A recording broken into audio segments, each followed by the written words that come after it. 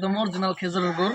আসলে অনেক সময় দেখা যায় কিছু কিছু খেজুরের গুড় আছে যেগুলোতে চিনি মিক্স করা হয়, কিন্তু আমরা একদম যে ভাই গাছ থেকে রস সংগ্রহ করে আমরা সেই ভাইয়ের কাছে আসছি।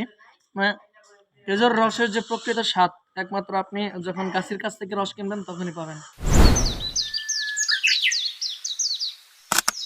এটা এমন একটি এলাকা যেখানকার বেশিরভাগ অর্থনীতি নির্ভর করে খেজুরের গুড়ের উপর।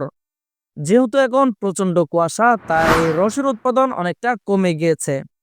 গুড় তৈরি করার সম্পূর্ণ প্রসেসিং আমি আপনাদেরকে দেখাতে পারছি না।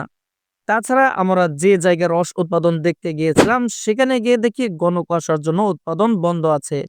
কিন্তু আমরা তো নাছোড়বান্দা, এসেই যখন পরশি রস আমরা খেয়েই যাব। রাস্তার পাশে এক গাছি ভাই খুব ভোরে খেজুর গাছ থেকে হাড়ি নামাচ্ছে। এটা দেখে কিছুটা স্বস্তি পেলাম, কারণ আমাদের যাত্রাটা এখন পূর্ণতা পেল।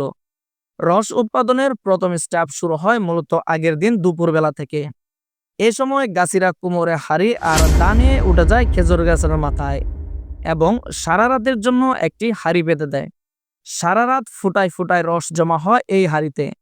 রাত যত ঠান্ডা হয় রস উৎপাদন তত বেশি হয়। প্রতিটি গাছে প্রায় গড়ে 4 থেকে 5 লিটার রস হয়। গাছ থেকে রস নামানোর কাজটা শুরু হয় পরের দিন খুব ভোরবেলা এবং এই কাঁচা রস বিশেষ প্রক্রিয়া জাল দিয়ে ঘন করা হয়। প্রায় 3 থেকে 4 ঘন্টা জাল দেওয়ার পর এটি খয়েরি রঙের এক ঘন রসে পরিণত হয়।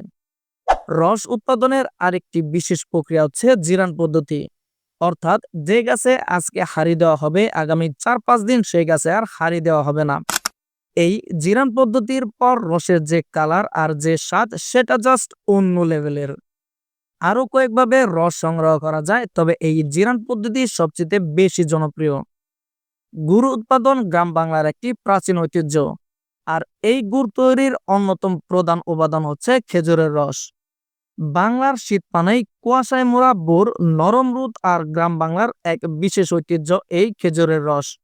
শতাব্দী ধরে এই রস সংগ্রহের প্রথা আমাদের জীবিকা, সংস্কৃতি ও স্বাদের সাথে গভীরভাবে জড়িয়ে আছে। আরেকটা বিষয়, এটা খুবই গুরুত্বপূর্ণ। এই ভেজালের দুনিয়াতে আপনি যদি একদম খাঁটি খেজুরের রস খাইতে চান তাহলে অবশ্যই গাছি ভাইদের বাড়িতে যাবেন। আমার সাথে যে কাকা দেখতে পাচ্ছেন, এই কাকা উনি অনেক ভালো মনের মানুষ।